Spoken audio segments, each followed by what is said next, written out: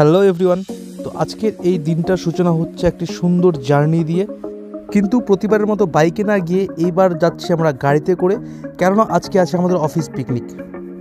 আর এই পিকনিকের জন্য আমরা মালদা থেকে খুবই কাছে একটা জায়গা চুজ করেছি, যেটা ফারাক্কাতে। তো চলো তোমাদেরকে নিয়ে যাওয়া যাক। চল চল চল চল এই গাড়ি স্টার্ট কর।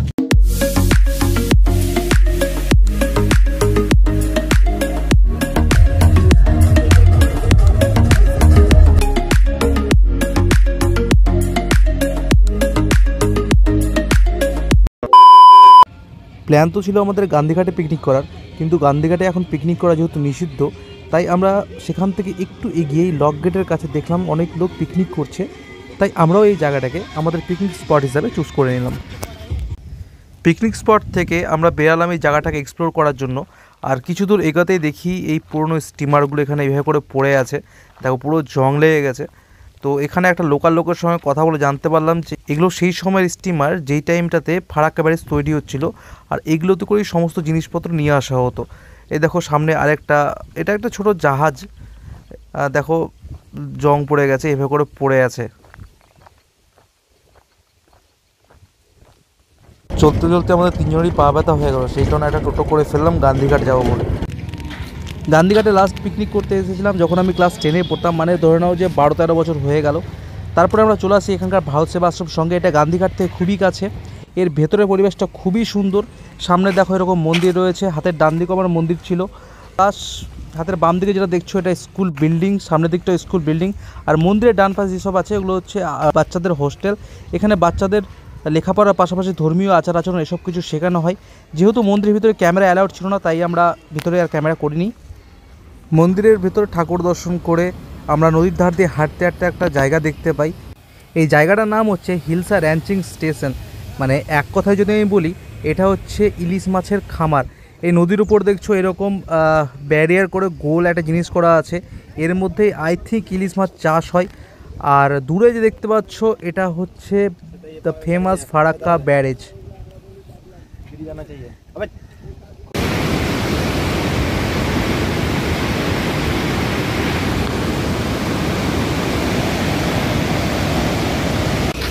এরপরে আমরা চলে আসি ফিডার ক্যানেলে। এই ক্যানেলটা কিন্তু পুরোপুরিভাবে ম্যানমেড, আর স্রোত দেখো জাস্ট ভয়ঙ্কর। আর এই যে ক্যানেলের জলটা, এই জলটাই কিন্তু হুগলি নদীতে গিয়ে মেশে। ফারাক্কাতে এসেছি আর নৌকোয় করে ঘুরবো না, এটা কেমন হয়, তাই আবার আমরা গান্ধীঘাটে ফিরে এসেছি। এর সামনে নৌকো দেখতে পাচ্ছ, এর মধ্যে যে কোনো একটা বুক করার জন্য।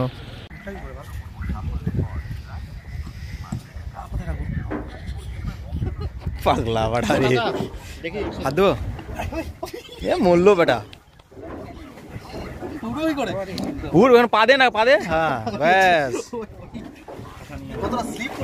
তুই ক্যামেরা বাম্পার রে ভাই। কাকা এখানে কিন্তু জল ফেলছে, কাকা এখানে জল ফেলছে।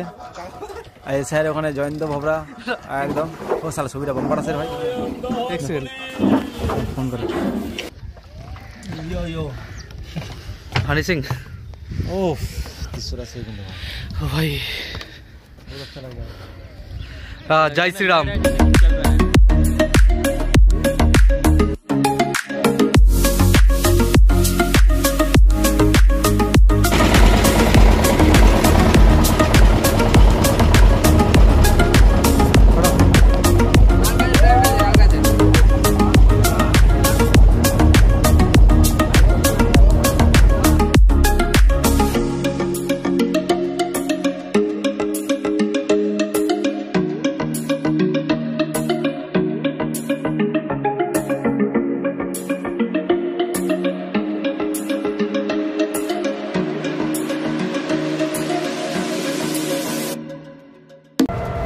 মোটামুটি ঘন্টাখানেক বোট রাইড করার পর টোটো করে আমরা আবার ফিরে আসি আমাদের সেই পিকনিক স্পটে।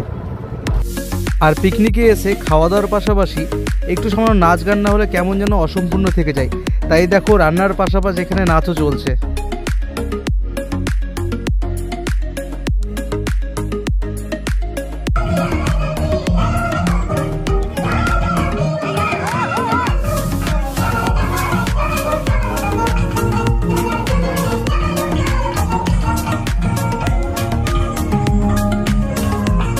অবশেষে আমাদের খাওয়া দাওয়া কমপ্লিট, এখন বাড়ি ফেরার পালা।